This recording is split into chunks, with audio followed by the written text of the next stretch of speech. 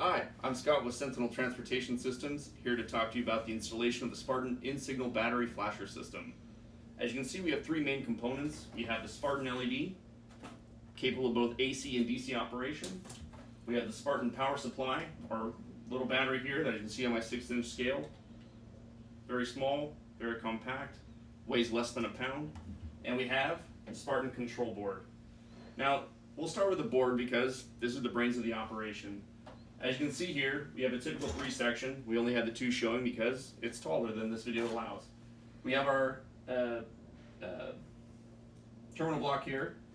Terminal block has the 3 jumpers for red, green, and yellow. Coming right off, they're going to go right to the control board on the mounts here that are labeled red, yellow, green, and spare.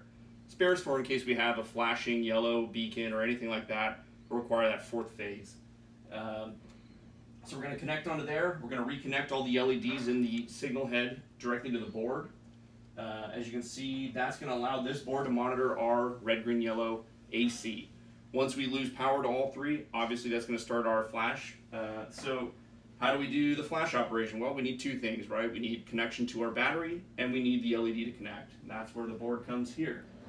As you can see, the leads going to the DC side, which are labeled positive and negative, are going to go on the right side of our board, and it says here positive on the top, negative on the bottom. They're going to fit right on there. Okay, on the other side we have with our battery. You can see here it's mounted. You can see here we're just using a UHB tape to mount this to the side. On these types of heads, a UHB tape is something that's going to last for a very long time. We're in a sealed environment. These are all weather UHB tapes, very capable, very strong. And again, less than a pound, this will be more than enough to hold your battery in place. What you're going to do is mount your UHB tape here along with the battery, press it in place. The connector that comes with your system is going to fit right here.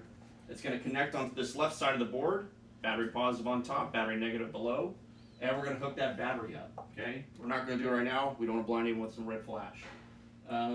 This thing you see above here is the battery maintainer. This is important to maintain the battery for the 10 to 12 year lifespan of the product. If we put just a regular battery in there, as we all know, batteries wear down over time.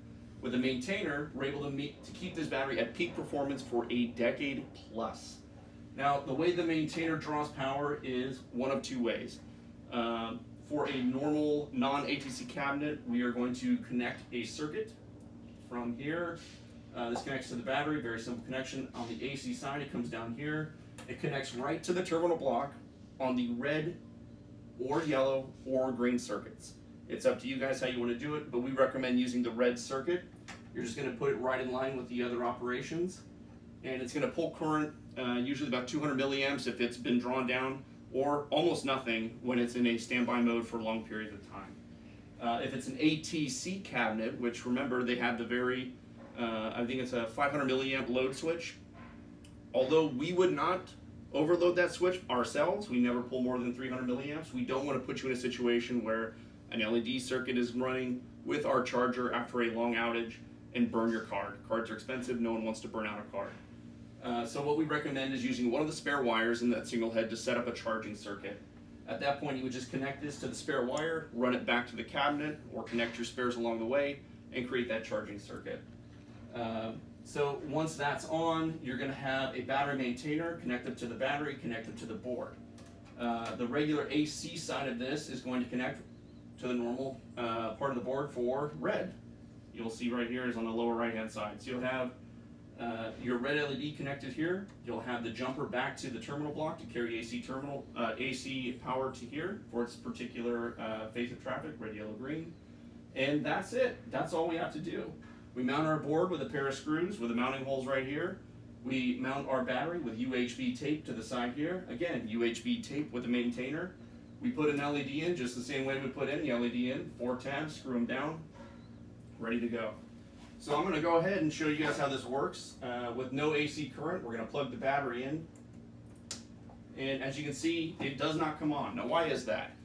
Now, we don't want to have an independent flash. So what we did in our hardware and our software is make sure that if one unit comes on, it will not start flashing on its own. It has to find its paired partner. So right now you can see this board is not activated, it's not on, right? So this will not start flashing because it does not have its paired partner. So what happens when we go ahead and put that guy on? Open her up, put the battery on. 2 seconds, 1 1000, 2 1000, we start flashing. Awfully bright, let me get that out of your face.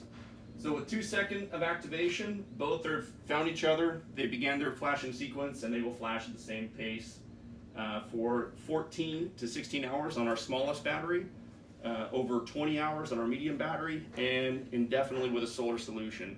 Our largest battery, single battery, will flash the system for 60 hours. It's just really at your discretion how much flash time you feel you need. So as we see, okay, so everything's operating normally in our flash mode. We have the battery hooked up. Our maintainer is showing that it's not drawing anything because there's no AC current, right? Our battery is here. It's operating the board. We are flashing the LEDs. So what happens when power is restored? When AC power is restored to the area, to the intersection itself? I'll show you right here. We see both balls come back to solid as if normal operation has begun again. We can see our battery maintainer is charging the battery because it's pulling from this red circuit. AC power is there, so it can charge our battery, recharge it from what it's lost, or maintain it during normal operation. So as we'll go through it one last time, we used the 2 screws to mount our control board through the holes here, right above our terminal block. We have the wires coming from the terminal block onto the Spartan terminal block here. We have all the LEDs, the red, green, yellow, coming back onto our board. We have the antenna attached here for our fiber polycarbonate boards. If we're using a aluminum board, we're going to do one thing a little bit different. We're either going to mount it in the red LED housing, or we're going to mount it here and stretch that up to the top, drill a hole, mount it at the top. The aluminum housing has one issue with it, is it does interfere with radio frequencies. That's why we ask on the radio boards that we do install the antenna on the top to make sure that we are allowing the units to communicate. Now, in closer, smaller streets, you may not need to do this and may get away with it, and you can skip that. However, we do recommend you do it every single time when it comes to installation on an aluminum head. So as you see here, AC is operating.